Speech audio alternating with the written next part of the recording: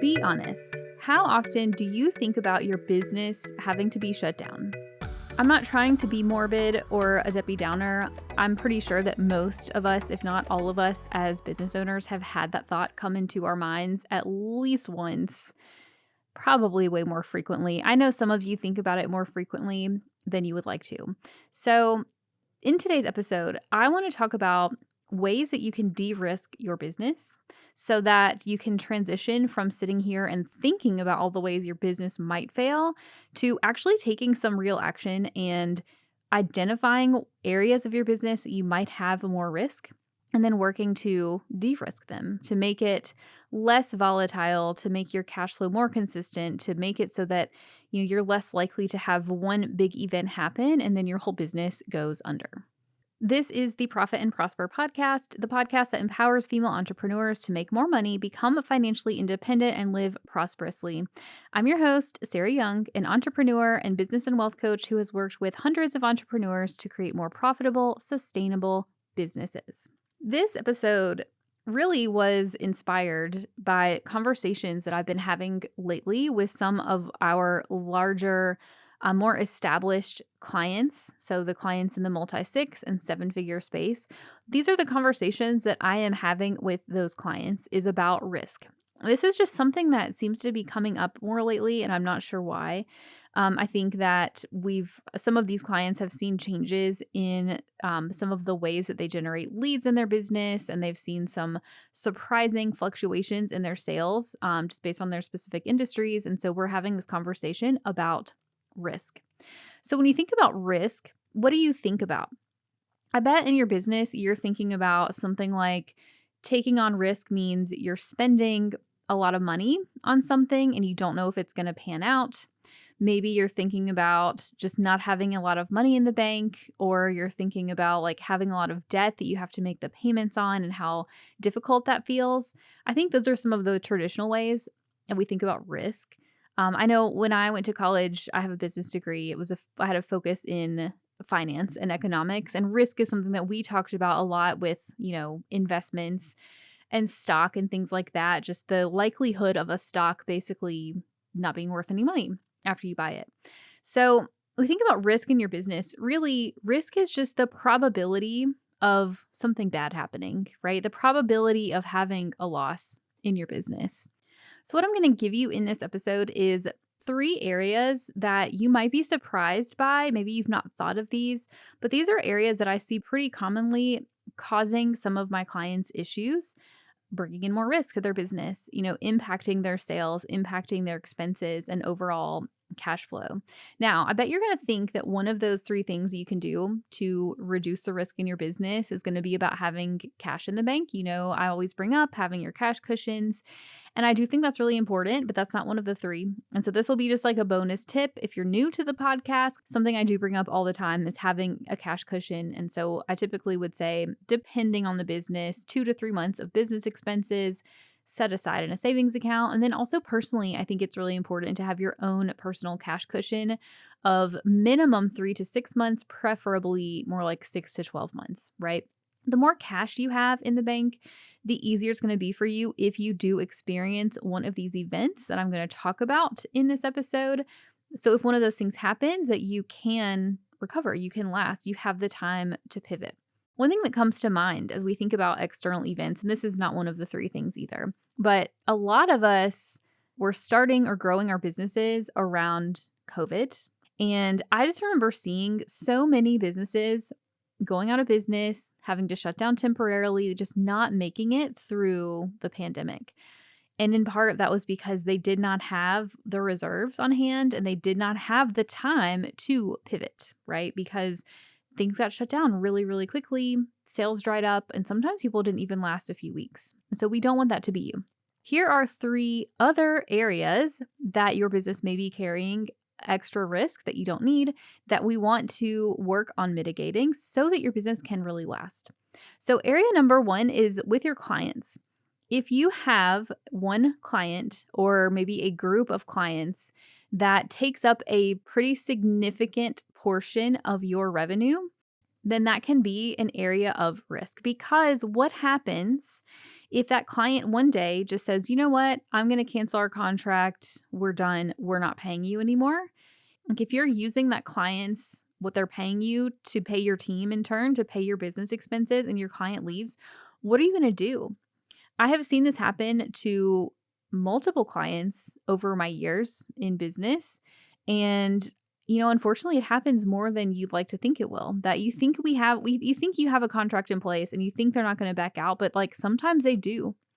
Sometimes they just don't pay you. And so we want to look at your client base and say, hey, am I overly relying on one specific client?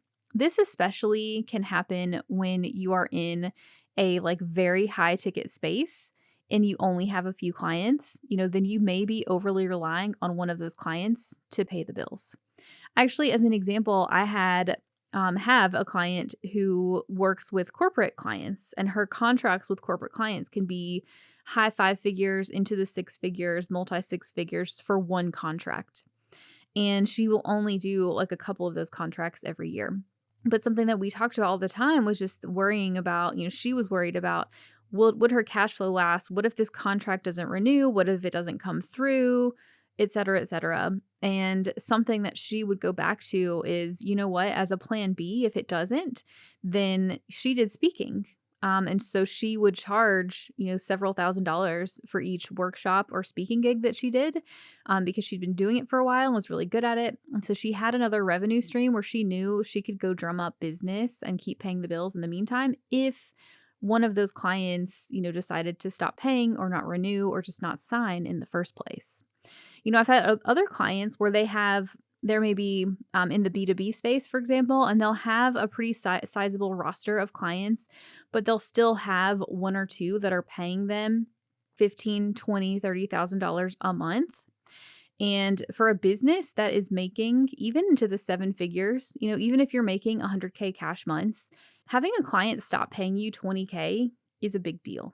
Right? Even though, yes, you still have $80,000 of other revenue coming in, having, $20,000 just all of a sudden lost is a big deal, especially if your sales cycle is long. Like with a lot of these super high ticket contracts that some clients get, the sales cycle from the time you start the process of trying to land a new client to actually closing the contract and getting the money in the door can be months, right? And so if this is you can look at your client base and ask yourself if you have one or a handful of clients who maybe they're all in the same industry, maybe they're all somehow related to each other. If that one client went away all of a sudden, would you be screwed? And if the answer is yes, then what you're going to want to do is look for ways to mitigate that. Have a plan B in place. Make sure your contracts are solid, although you can have a solid contract and sometimes people still won't pay you on time.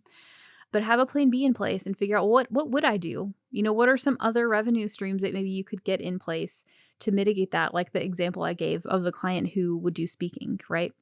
But you might not be thinking about this as a potential area of risk, but it absolutely can be. Area number 2 that may be adding risk to your business, actually have seen this one probably most frequently out of all 3 that we're going to go through, is where you generate your leads. This one has come up recently with a couple of clients. I've seen it happen many times throughout the years where a client has one major source of leads for their business, and they rely on that lead source to bring basically all of their sales in the door. And I've seen where that gets shut down, right? Their lead source gets shut down. Some examples could be clients who, bring in most of their revenue from Google My Business type leads. Let's say your Google My Business gets shut down. I've seen people who had their account suspended for one reason or another, and then for a whole month or two, like all of their leads, they just don't get any because they don't have that up there, and they didn't have another way to bring clients in. I've seen clients who get leads off of Amazon, who make a lot of sales on Amazon, and then Amazon flags their account for some reason and they can't get it unflagged, and then they make no more sales. Even, people with Instagram, this was actually a few months ago. I remember seeing several Instagram influencer types shutting their businesses down and kind of being loud about it. And I think that, one of the things that I saw as a common thread was that they grew their Instagram account back in the heyday, 2018-ish, 2019, even during COVID, like they were able to grow their account and grow their audiences. And then when the Instagram algorithm changed, they didn't know how to make sales anymore, right? They didn't learn to change with the times, and they were overly reliant on their one way of doing things to bring leads in. The client conversations I've been having recently was with a few different clients actually who rely heavily on Google search traffic and affiliate links to bring traffic to their website and to their products. And I'm told that the Google algorithm was changed like last fall, winter. And ever since they changed the way that they do their algorithm, then, their search rankings and therefore their sales have decreased significantly. So hopefully you get the point that having just one lead source for your business is definitely, increasing the chance that if that lead source dries up, your sales are going to dry up. And then what are you going to do? So look at where your leads come from and ask yourself, is there a way I could diversify? Am I putting too many of my eggs in one basket? And can you find a way to bring leads in from another source just so you don't have to be overly reliant on one thing, on one algorithm, on one set of ads, on Google search or whatever it is that you ultimately don't have control over those platforms, right? And ask yourself, how can I come up with other ways to bring leads in the door? Having more ways than one, more paths to get into your business is always ideal.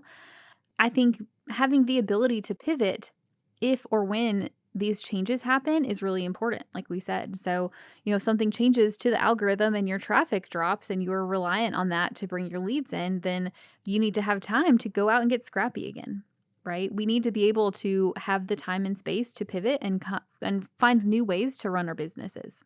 Actually, not to go back to COVID again, but this was something that we saw happen with COVID, where a lot of businesses who really only worked with people in person, think restaurants, gyms, things like that. Like a lot of those shut down because their foot traffic just completely shut down one day. The ones who seemed to do the best were the ones who figured out how to pivot and how to either go online, how to, start doing takeout orders or whatever it is. Like they had to pivot in order to keep going.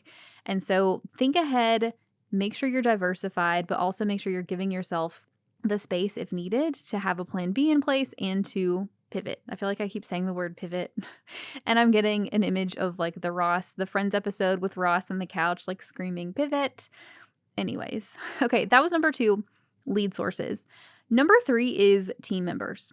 And so this one is especially applicable to those of you who have teams, who have larger businesses where you rely heavily on your team. I'm going to tell you, I have heard these words from so many business owners' mouths who have large teams. And these are 7, multi-7, even 8-figure business owners who have said to me, if this one person leaves my business, we're screwed. And in that case, anytime I've ever heard that, I've said, okay, well, we need to figure out how to not make you screwed if this one person leaves, because honestly, anybody could be hit by a bus tomorrow and never come back to work. And then what would you do? You have no control over that, right? The same could be said, honestly, not just for a team member, but also for you as a business owner. If you didn't show up to your desk tomorrow, would your business keep running? If your kid's sick, if you have to take time off to take care of a family member, if you get sick, right? What's going to happen?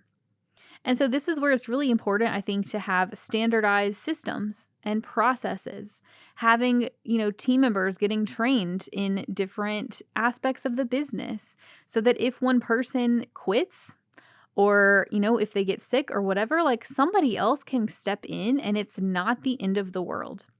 I've heard this especially with clients who have a team member who will go out and be the salesperson, kind of be the client care person. Like that team member will be the one who goes and builds the client relationships. And so they say, hey, you know what? If this person leaves who has these relationships, like that's really going to hurt us. And so my response is, okay, well, then you need to figure out who else in your business can also go out and build relationships with the same people.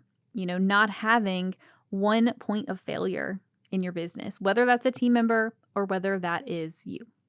So there we have it. I gave you 3 areas of your business that might be adding more risk that you just want to sit down and assess and ask yourself if any of these things are present in your business. And if so, take steps to mitigate that risk just to reduce the probability that if something happens that is out of your control or in your control, but if something happens that causes your business to, have a decrease in sales or just to not be able to run the way that you're used to it running, that you have a plan B, you know what you're going to do, and you mitigate it ahead of time. So hopefully you can spend less time sitting here worrying about, OMG, what if my business fails? What if I have to shut it all down?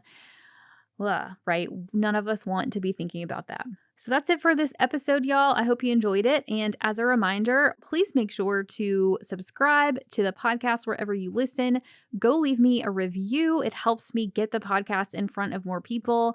And if you really want to do me a solid to show me that you appreciate listening to the podcast, make sure you share it with 1 or 10 of your business besties. All right. That's it for this week, and I'll see you back next time. Thanks for listening to this week's episode. Listening and learning is great, but implementing what you learned is even better.